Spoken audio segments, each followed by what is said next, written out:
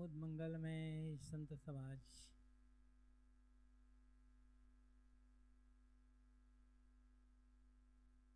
धर्मानुरागी भक्त सज्जनों,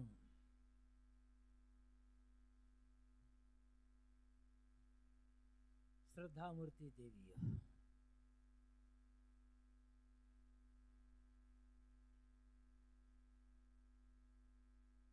बातें वही होती है और उन बातों को बार बार रिपीट करने की आवश्यकता होती है।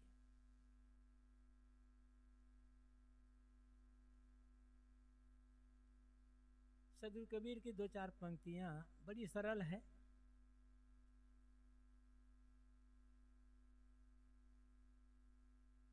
और जो खास बातें होती है वो सरल ही होती है। जो काम की बातें होती है वो बहुत सरल होती है।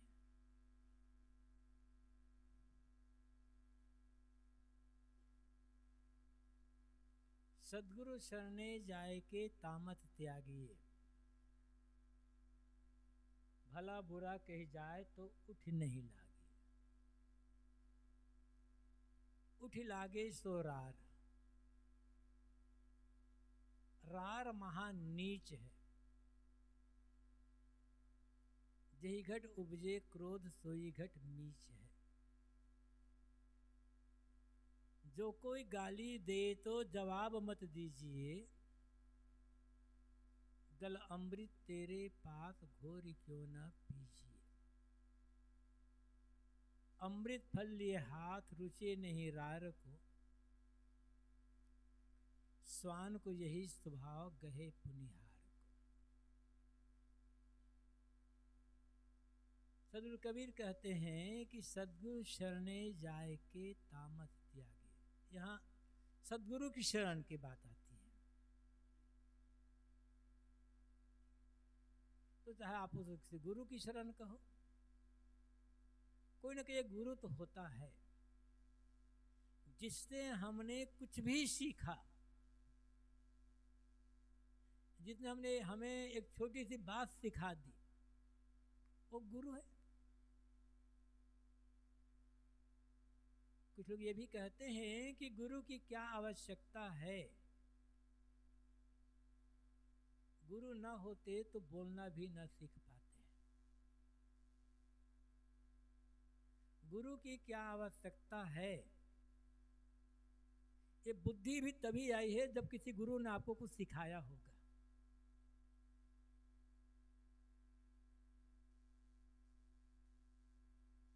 तो गुरु की आवश्यकता तो पदे पदे है, और एक गुरु नहीं होते, हमारे जीवन में असंख्य गुरु होते हैं। हम जिससे हमने कुछ भी सीखा वो गुरु। जिनकी हमने किताबें पढ़ी, उन लेखकों से हमारी मुलाकात नहीं है, लेकिन वे भी हमारे गुरु हैं। यदि उन किताबों से हमें प्रेरणा मिली है, हमें कुछ सीख मिली है, कुछ बुद्धि और ज्ञान मिले हैं, तो उन पुस्तकों के लेखक भी हमारे गुरु हैं। यहाँ सद्गुरु की बात आती है। सद्गुरु वह है जिसके ज्ञान, जिसके आचरण से हमें आत्मबोध होता है, जीवन लक्ष्य की दिशा में आगे बढ़ने की प्रेरणा मिलती है, और संयमित संतुलित सुखी जीवन जीने का रास्ता मिलता है। जिसके ज्ञान से हमारी भ्रांतियां मिट जाती है, अंधविश्वास दूर होकर तर्कबोध मन में आता है। और हर आदमी किसी न किसी गुरु से जुड़ा होता है। साहब कहते हैं तुम किसी गुरु से जुड़े हो, इसकी कसौटी या पहचान क्या है? या भी हम कह सकते हैं कि हम किसी भगवान को मानते हैं, धर्म को मानते हैं, इसकी कसौटी क्या है? अंदर के तामस का त्याग हो जाना। तामस अज्ञान, अंधकार, उत्तेजना, तामस आप उसको और अर्थ कर लो, मन का दुख, पीड़ा, तनाव, इस सब का मिट जाना।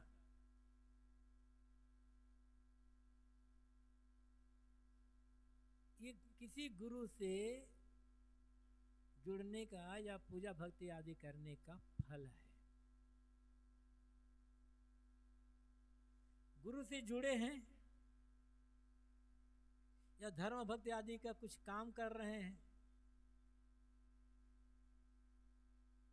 और मन की जलन ज्यों के त्यों बनी हुई है, किसी की कुछ बात देखे उत्तेजना आ गई मन में, किसी की कोई बात हमें प्रिय नहीं आई उत्तेजना आ गई मन में, अपने मन के अनुकूल कुछ नहीं देखे, अपने मन के अनुकूल क्या प्रतिकूल कुछ देखे उत्तेजना आ गई मन में, तो कहाँ गुरु से जुड़े हैं? गुरु का अर्थ होता है शीतल शांत। गुरु का अर्थ बहुत प्रवक्ता नहीं होता है। सही अर्थों में हम कहें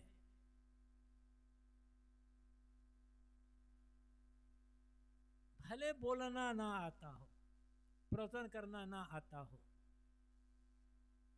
लेकिन जिसका जीवन सरल है, सादा है और जिसके मन की जलन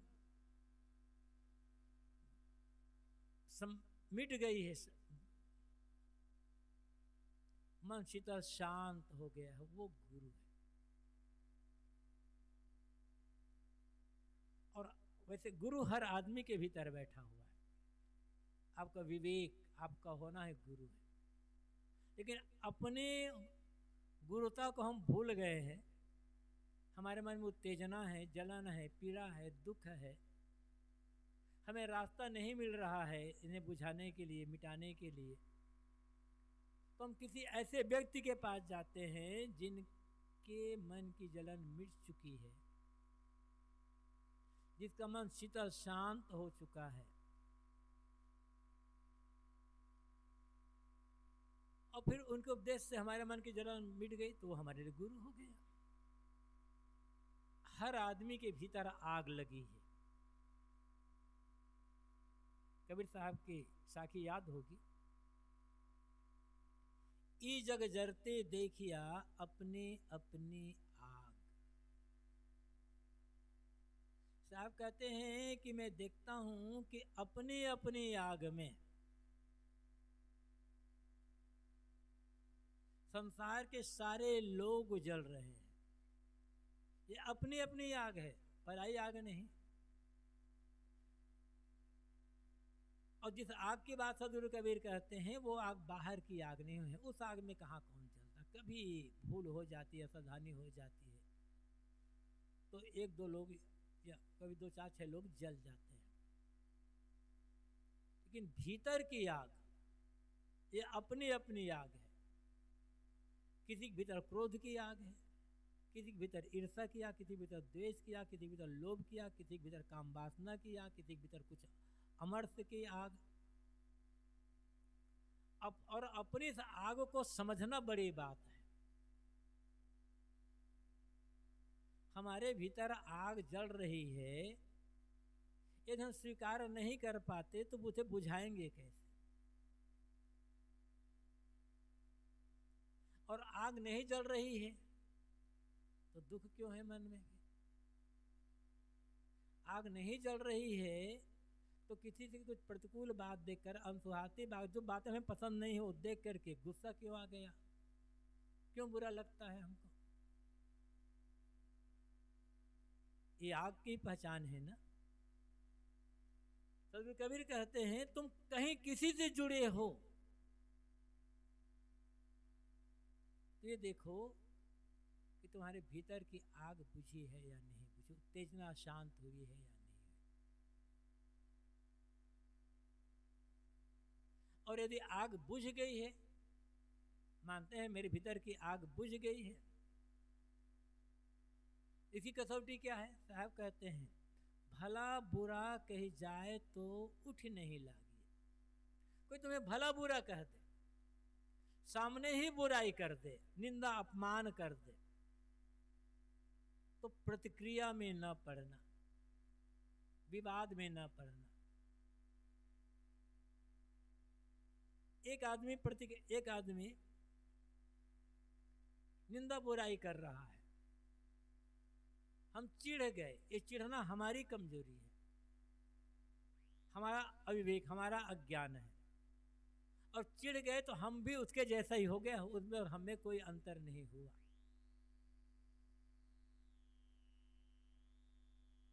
कोई निंदा कर रहा है और निंदा सुन करके मन में दुख होता है। ये दुख क्यों हो रहा है? आग जल रही इसलिए।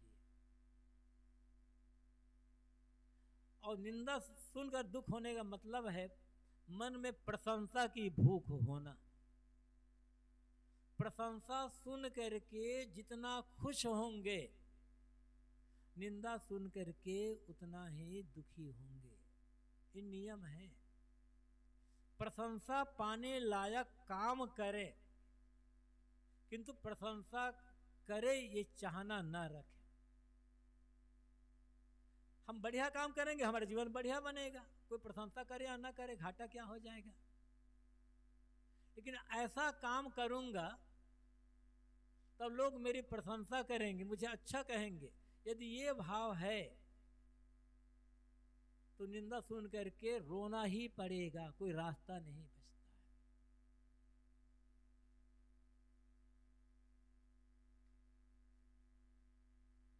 निंदा सुनकर रोने का अर्थ है भीतर आग जली है। वो आग किसी और को भले न जलाते हो, हमें तो जला ही रही है ना।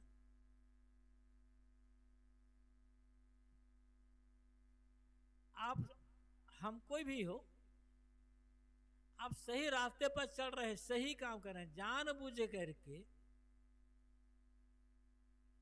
कोई गलत काम नहीं करते, गलत रास्ते पर नहीं चलते, फिर भी आपकी कोई निंदा कर रहा है,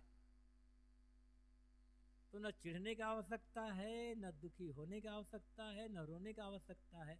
यदि उत्तर देना है निंदा के, चाहते हैं कि मैं निंदा करने वाले को उत्तर मुझे देना है, तो जरूर दीजिए, लेकिन निंदा करके, चिढ़ करके, गलत बोल करके नहीं। निंदा का सबसे बड़ा उत्तर क्या है? और ज्यादा बढ़िया काम करना। आप सही रास्ते पर चल रहे हैं, सही काम कर रहे हैं, कोई आपकी निंदा कर रहा है तो और बढ़िया काम करें। इतना बढ़िया काम करें कि निंदा करने वाले को अंत में चुप हो जाना पड़े। ये उत्तर है निंदा। अब ये हमारे पास नहीं है, ये हमारी कमी है। तो अच्छा काम करना है, किसी चढ़ाने के लिए नहीं, अच्छा होने के लिए, अच्छा जीने के, अच्छा रहने के लिए।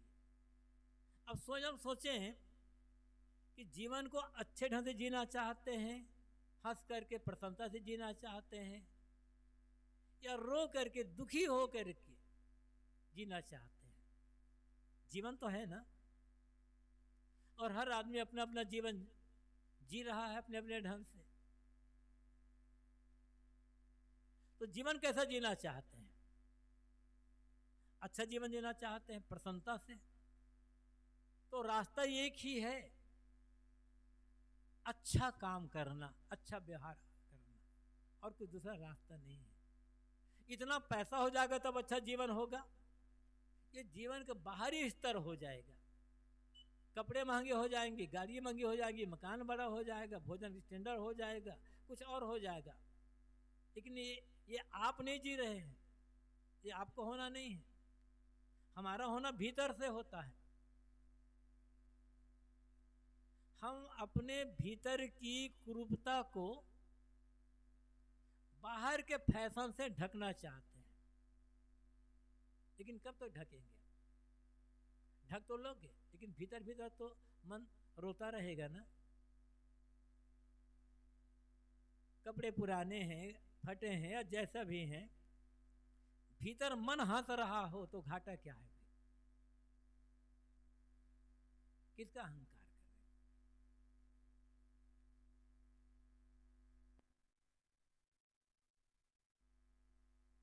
अहंकार का गुंजाइश यहाँ है नहीं। साहब कहते हैं भला बुरा कही जाए तो उठी नहीं लागे। कोई तुम्हें भला बुरा कह दे तो प्रतिक्रिया में मत पड़ो और अच्छा काम करना मत छोड़ो। अच्छा काम कर रहे हैं और किसी ने प्रशंसा नहीं किया, छोड़ दिए, अरे देख ले अच्छा काम करके, कोई आज तक अच्छा कहा ही नहीं। तो अच्छा रहने के लिए अच्छा काम कर रहे थे या अच्छा कहलाने के लिए? अच्छा कहलाने के लिए अच्छा काम कर रहे थे तो रोना पड़ेगा, दुखी होने से कोई बचा नहीं पाएगा। अच्छा कहलाने के लिए नहीं, अच्छा होने के लिए अच्छा काम करना है।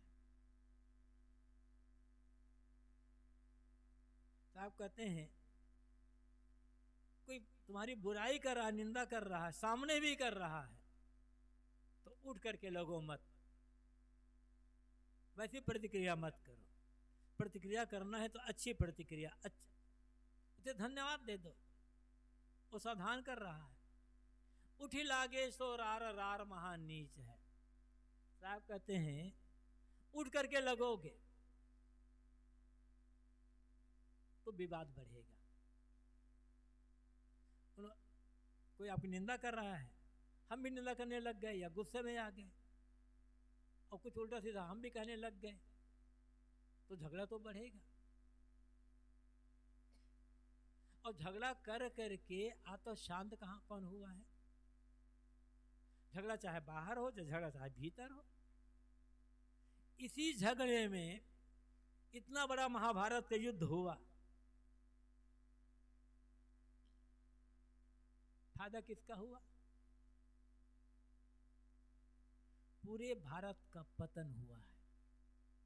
यदि महाभारत की घटना घटी है, अर्जुन ने जो संदेह किया था महाभारत की लड़ाई में पहले कि सारे जवान मारे जाएंगे, बुद्धिमान मारे जाएंगे, ज्ञानी मारे जाएंगे, समझदार मारे जाएंगे, छोटे बच्चे अनाथ हो जाएंगे, बूढ़े लोग बन जाएंगे, महिलाएं विधवा हो जाएगी, वही सारा का सारा कुछ हुआ। उस लड़ाई से फायदा किसी का नहीं हुआ। और अंत में महाभारत का युद्ध जब समाप्त हो गया और युधिष्ठिर राजगद्दी पर बैठे तो पूरी जिंदगी युधिष्ठिर रोते रह गए। जो दादा को, बाबा को, काका को, नाना को, मामा को, भाई को, भतीजे को, गुरु को, पीर को मारकर गद्दी पर बैठेगा, वो सुखी जीवन जिएगा?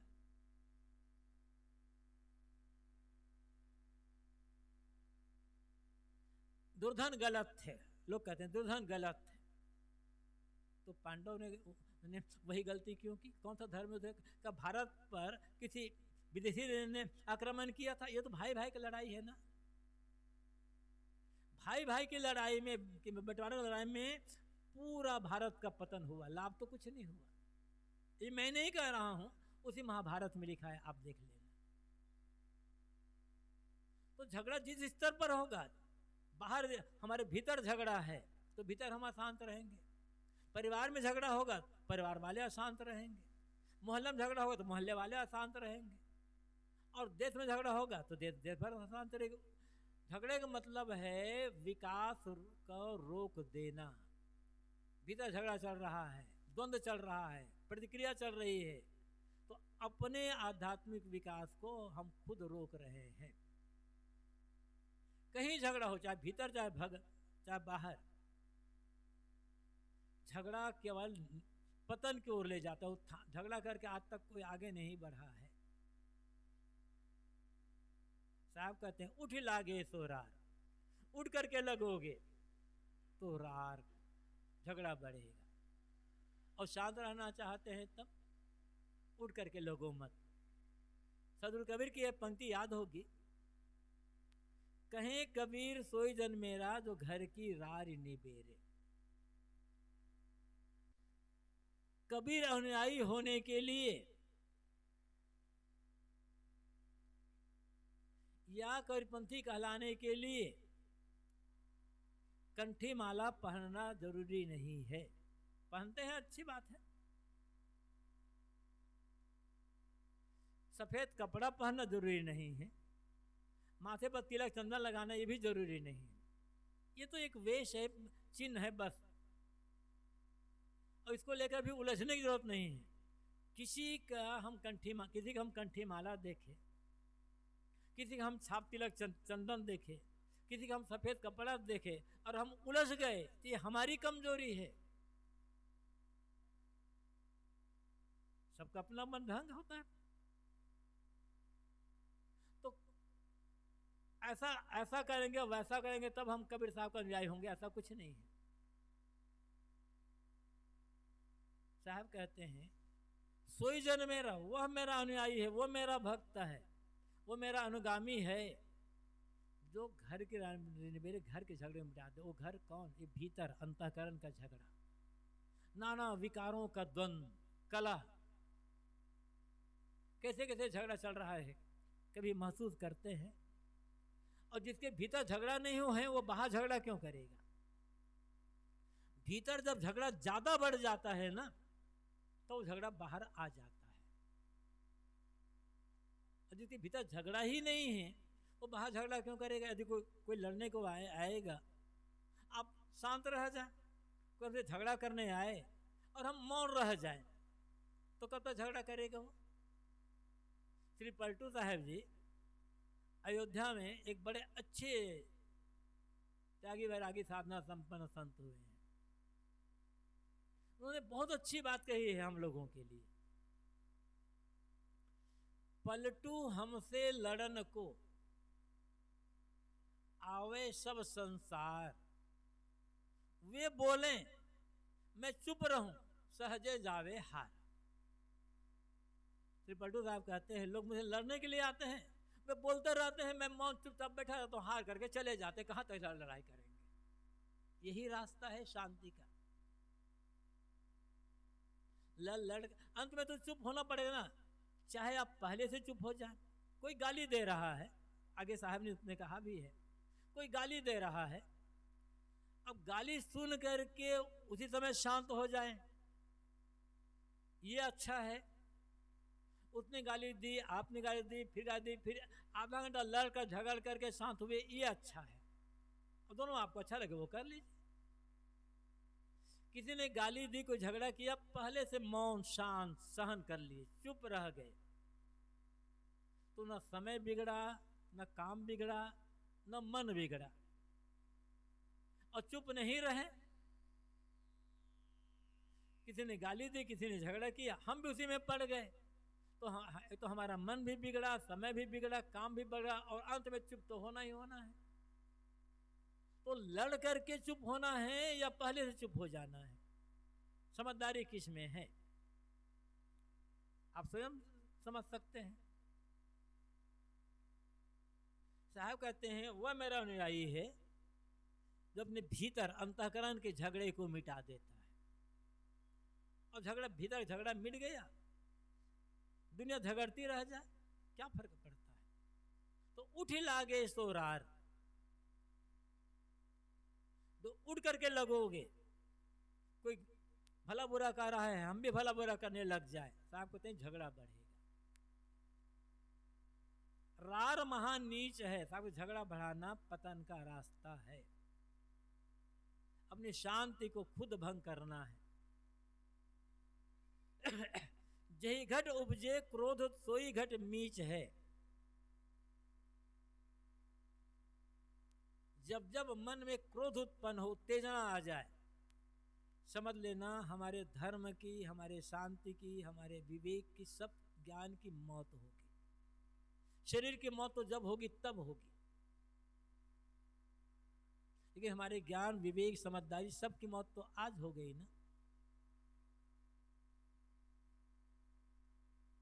और हम अपने ज्ञान विवेक की मौत रोज करते रह जाते हैं, इस बात को समझ नहीं पाते।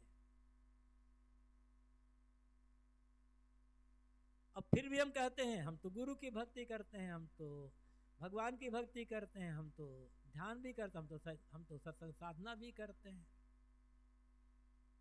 अभी आग तो बुझी है नहीं, आग नहीं बुझी है, इसीलिए तो क्रोध आ रहा है, इसलिए तो उत्तेजना हो रही है मन में। इसी को बुझाना है, अब करना कुछ नहीं है।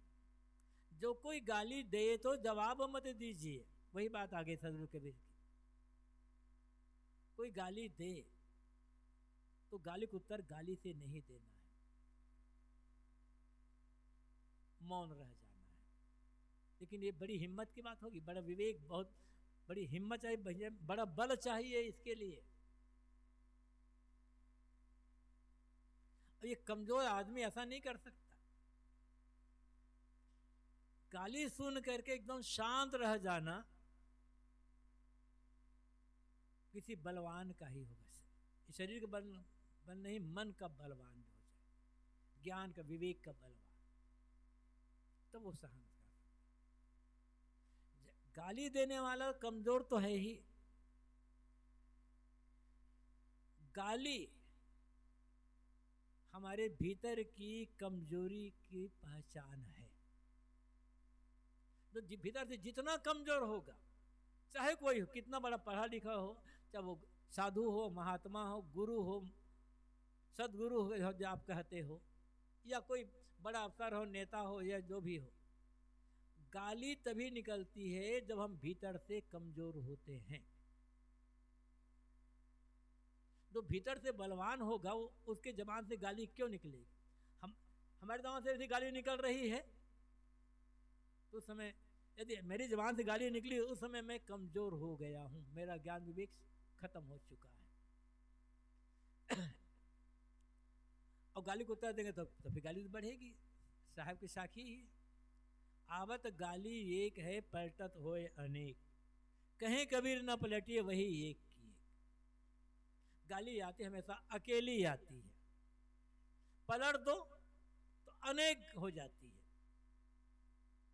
गाली अकेली आई, उसका साथ मत दो, गाली दे करके लौट जाएगी बेचारी, या तो मर जाएगी वहीं पर। गल अमृत तेरे पास घोई क्यों न पीजिए। सदगुरु कबीर कहते हैं, तुम्हारे गले में मीठी मानी का अमृत है, उसे घोल करके पीते क्यों नहीं हो। अमृत की चाहना हर आदमी के मन में सुन रखा है कि अमृत होता है। पी लेने वाला या खा लेने वाला, कहीं कहते हैं अमृत पिया कहते हैं, कहीं कहते हैं कि अमृत खाया। अब पता नहीं वो पीने की चीज़ें, खाने की चीज़ें, मैं तो देखा नहीं हूँ, आप लोग देखे होंगे तो आप लोगों को पता होगा। लेकिन लिखा है शास्त्रों में, अमुक ने अमृत पी लिया अमर हो गया, अमुक ने अमृत खा लिया अमर हो गया। हो सकता है दोनों किस्म का अमृत होता हो, लेकिन केवल किताब में, बाहर ऐसा है नहीं। साहब कहते हैं अमृत हर आदमी के पास है, मीठी वाणी का अमृत, उसे घोल करके पियो। मतलब कोई गाली भी दे रहा है, उससे मिठास से बात करो, प्रेम से बात करो, उसकी गाली मर जाएगी। ये तब होगा जब भीतर की आग बुझी होगी। इसलिए सदगुरु कबीर कहते हैं, सदगुरु सरने जाए के तामस त्यागे। तुम गुरु की शरण में गए हो, मानते हो कि हम गुरु के भक्त हैं, गुरु की सेवा करते हैं, गुरु बता रास्ते पर चलते हैं, तो इतना ही काम करें। अपने भीतर की जो आग है, जो उत्तेजना है, जो अज्ञान का अंधकार है, इसे मिटा दो। बस ज्ञान का प्रकाश करें, भीतर शीतल शांत प्रसन्नता का अनुभव करें। इसी के लिए हम भक्ति धर्म का काम करते हैं, और इसी दिशा में हम सबको आगे बढ़ना है। तब इस जीवन का आनंद मिलेगा, तब हम जो करते हैं धर्म के नाम पर भजन साधना, वो सब सफल होंगे। आप सबको बहुत बहुत धन्यवाद। अपनी वाणी के यहाँ पर विराम देता हूँ। बोलिए सदगुरु देव की जय। अभी हो सकता है कार्यक्रम चलेगा, अभी 5:15 बजे मेरी गाड़ी है, इसलिए मैंने पहले बंद कर दिया। आप लोग बैठे रहेंगे और जब होगा।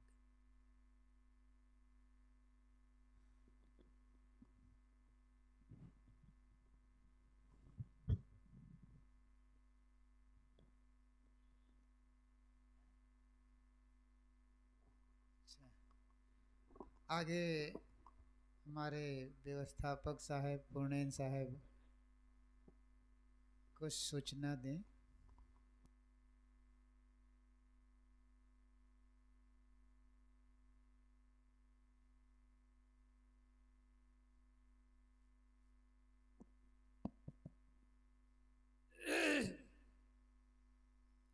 बोलिए सदगुरु कबीर साहिब की जय, संत समाज की जय, भक्त समाज की जय, आज के आनंद की जय, विश्व के समस्त संत गुरुजनों की